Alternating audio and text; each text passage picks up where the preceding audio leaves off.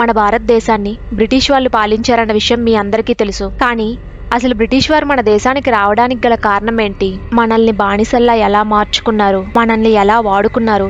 అసలు ఇవన్నీ చేస్తుంటే అప్పటి మన రాజులు ఎలా ఊరుకున్నారు? అలాంటి విషయాలన్నీ ఈ వీడియోలో చెప్పబోతున్నాను. ఈ వీడియోని ఎక్కడా స్కిప్ చేయకుండా లాస్ట్ వరకు చూడండి. మన భారతదేశంతో పోల్చుకుంటే బ్రిటిష్ వారి దేశమైన బ్రిటన్ యూరప్ కాంటినెంట్లోనే చాలా చిన్న దేశం. అంత చిన్న దేశం అయినప్పటికీ కూడా వాళ్ళు మన దేశంపై ఆధిపత్యాన్ని చలాయించాలనుకున్నారు. ప్రస్తుతం ఈ బ్రిటిషర్స్ దేశమైన బ్రిటన్ యూకేలో ఒక భాగం. మన భారతదేశంతో పోలిస్తే 13 రెట్లు చిన్నది. అప్పట్లో ఈ బ్రిటిషర్స్ దేశంతో పాటుగా మొత్తం యూరోపియన్ కాంటినెంట్ అంతా ఎక్కువ డిమాండ్గా జరిగే వ్యాపారం స్పైసెస్ అంటే మసాలా దినుసులు. ఈ బ్రిటిషర్స్ ఎక్కడ మసాలా దినుసులు దొరికితే అక్కడికి వెళ్ళి వ్యాపార లావాదేవీలు కుదుర్చుకునేవారు. అయితే ఈ మసాలా దినుసుల వ్యాపారం కోసమే బ్రిటిష్ వారి కంటే 100 సంవత్సరాలు ముందుగానే పోర్చుగీస్ దేశం వారు వచ్చారు. పూర్వం రోజుల్లో వ్యాపార లావాదేవీలకి సముద్ర మార్గం మాత్రమే ఉపయోగించేవారు. సో 1497లో వాస్కోడగామా అనే ఈ వ్యక్తి యూరోప్ నుంచి ఇండియాకి రావడానికి సముద్ర మార్గాన్ని కనుగొన్నాడు. బ్రిటిష్ వారి కంటే ముందుగానే పోర్చుగీస్ దేశస్థులు ముంబై, గోవా, మంగళూరు వంటి ప్రథమ నగరాల్లో వాళ్ళ వ్యాపారాన్ని బలపరుచుకున్నారు. అయితే ఈ పోర్చుగీస్ వారు ఈ మసాలా దినుసుల్ని మన దేశంలో తక్కువ ధరలకే కొని యూరోప్ కాంటినెంట్ అంతా కూడా ఎక్కువ ధరలకే అమ్మేవారు. ఇదంతా తెలుసుకున్న బ్రిటిష్ దేశానికి సంబంధించిన ఒక కంపెనీ ఎలా అయినా ఇండియాకి వెళ్ళాలని, ఎలా అయినా వాళ్ళతో అక్కడ వ్యాపార లావాదేవీలు కుదుర్చుకొని మొత్తం యూరోప్ కాంటినెంట్ అంతా మనమే మసాలా దినుసులు అమ్మాలని నిర్ణయించుకుంది. అప్పుడు బ్రిటిష్ ని పరిపాలిస్తున్న క్వీన్ ఎలిజబెత్ తో ఈ విషయంపై చర్చలు జరిపి ఆమె అంగీకారాన్ని తీసుకొని నెదర్లాండ్కి సంబంధించిన ఒక చిన్న కంపెనీతో చేతులు కలిపి పోర్చుగీస్ వారు ఏ సముద్ర మార్గం గుండా అయితే మన భారతదేశానికి వచ్చారో అదే మార్గం ద్వారా బ్రిటిష్ వారు కూడా 1608 ఆగస్టు 24వ తారీఖున మన ఇండియాకి వచ్చారు. వీళ్ళు మొట్టమొదటిగా సూరత్లో అడుగుపెట్టారు. అప్పుడు అక్కడ రాజైన జహంగీర్ దగ్గర పర్మిషన్ తీసుకొని ఈస్ట్ ఇండియా కంపెనీని సూరత్లో ముందుగా స్థాపించారు. 1600 సంవత్సరానికి ముందుగా ఓన్లీ ఇక్కడ పోర్చుగీస్ దేశం వారు మాత్రమే వ్యాపారం చేసేవారు. 1600 తర్వాత ఈ బ్రిటిష్ దేశస్థులు మరియు డచ్ దేశస్థులు కలిసి ఈస్ట్ ఇండియా కంపెనీ అనే ఒక పేరుతో ఇక్కడ వ్యాపారాన్ని మొదలుపెట్టారు. 1600 నుంచి 1757 సంవత్సరం వరకు ఈ బ్రిటిష్ దేశస్థులు వాళ్ళ వ్యాపార నిమిత్తమై మన దేశంలో ఉన్నారు. దాదాపుగా ఈ 150 సంవత్సరాల్లోని కూడా మన భారతదేశం ప్రజల యొక్క అలవాటులు, వాళ్ళ ఆలోచనలు, మన రాజుల యొక్క అలవాటులు, వాళ్ళ ఆలోచనలు, భారతదేశం యొక్క సంపద ఇవన్నీ తెలుసుకొని ఇక్కడి నుంచే వాళ్ళు పన్నాగాలు పన్ని మన దేశాన్ని ఆక్రమించుకోవడానికి ఇక్కడి నుంచే వాళ్ళు మొదటి అడుగు వేశారు. అయితే వీళ్ళ వ్యాపారం దెబ్బకి ముందుగా పోర్చుగీస్ వారిని మన ఇండియాని వదిలి వెళ్ళిపోయేలా చేశారు. అదేవిధంగా ఫ్రెంచ్ వారు వాళ్ళ వ్యాపార పరంగా మన భారతదేశానికి రావాలనుకున్నారు. కానీ వీళ్ళకున్న బలంతో ఫ్రెంచ్ వారిని మన భారతదేశానికి రాకుండా అడ్డుకున్నారు. అయితే బ్రిటిష్ వారు మన భారతదేశానికి ఇంకా ఏ దేశస్తుల్ని కూడా వ్యాపార పరంగా రానివ్వకుండా చేశారు. ముందుగా వ్యాపార పరంగా ఇండియాలో ఇంకెవరూ లేకుండా వీళ్ళు మాత్రమే ఉండేలాగా చూసుకున్నారు. తర్వాత అధికార పరంగా వీళ్ళు కొన్ని పనులు చేయడం మొదలుపెట్టారు. ఈస్ట్ ఇండియా కంపెనీ ఏ ప్రదేశాల్లో అయితే ఉందో ముందుగా ఆ రాజుల్ని ఆకర్షించుకోవడం మొదలుపెట్టారు. అంటే వాళ్ళకి కావాల్సిన బహుమతులు ఇవ్వడం, వాళ్ళతో కొంచెం సౌకర్యంగా ఉండి వాళ్ళని ఇంప్రెస్ చేసేవారు. ఒక రాజుకు పొరుగు రాజ్యంలో ఉన్న రాజులతో యుద్ధం జరిగినప్పుడు వాళ్ళకి ఆర్థికంగా సహాయపడి వాళ్ళని ఆదుకునేవారు. ఇలా చేసి వీళ్ళకి కావలసిన కొన్ని పనుల్ని రాజులకు చెప్పి మరీ చేయించుకునేవారు. ఇలా బ్రిటిషర్లు ఈ విధంగా ఈ స్ట్రాటజీని ఉపయోగించి మన దేశంలో ఈస్ట్ ఇండియా కంపెనీని చాలా ప్రదేశాల్లో ఏర్పాటు చేశారు. చెన్నై, ముంబై, కోల్కతా వంటి కోస్టల్ ఏరియాస్ లో వాళ్ళ ఈస్ట్ ఇండియా కంపెనీని బలపరుచుకున్నారు. కోస్టల్ ఏరియాస్ అంటే సముద్రానికి దగ్గరగా ఉండే నగరాలు.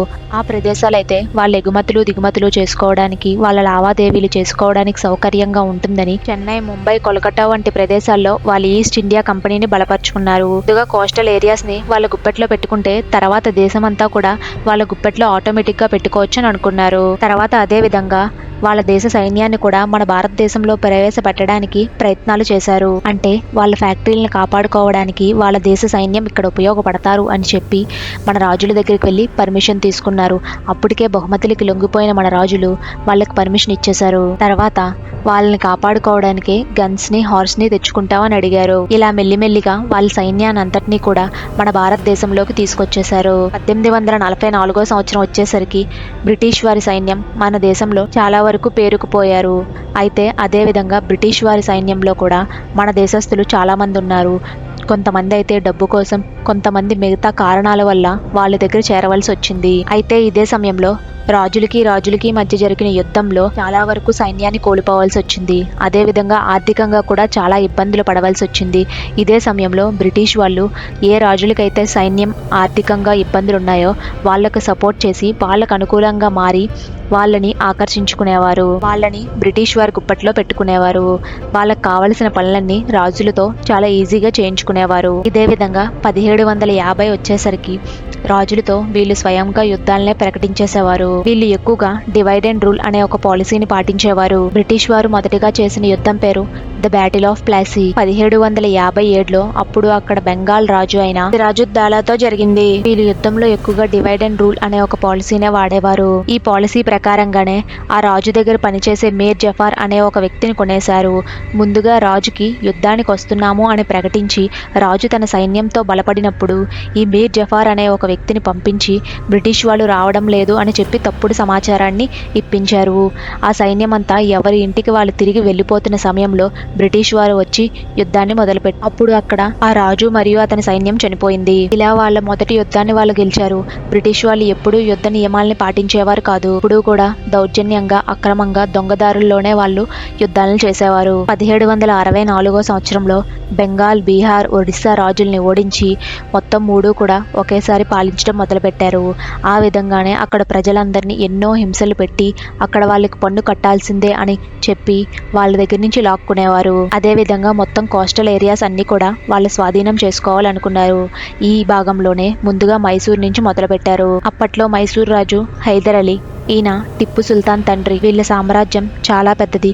అందుకనే ఈ హైదర్ అలీతో బ్రిటిష్ వాళ్ళు 4 సార్లు యుద్ధం చేయాల్సి వచ్చింది. ముందుగా 1757లో చేశారు. అప్పుడు బ్రిటిష్ వారు ఓడిపోయారు. తర్వాత మళ్ళీ 1767 నుంచి 69 వరకు చేయాల్సి వచ్చింది. అప్పుడు కూడా వీళ్ళ సైన్యం పెద్దదిగా ఉండడం వల్ల ఈ బ్రిటిష్ వాళ్ళు మరాఠీ మరియు హైదరాబాద్ నిజాం రాజుల యొక్క సహాయం తీసుకొని ఈ హైదర్ అలీని ఓడించారు. ఈ యుద్ధంలో తన తండ్రిని కోల్పోయిన టిప్పు సుల్తాన్ మూడోసారి మళ్ళీ బ్రిటిష్ వారితో యుద్ధాన్ని ప్రకటించాడు.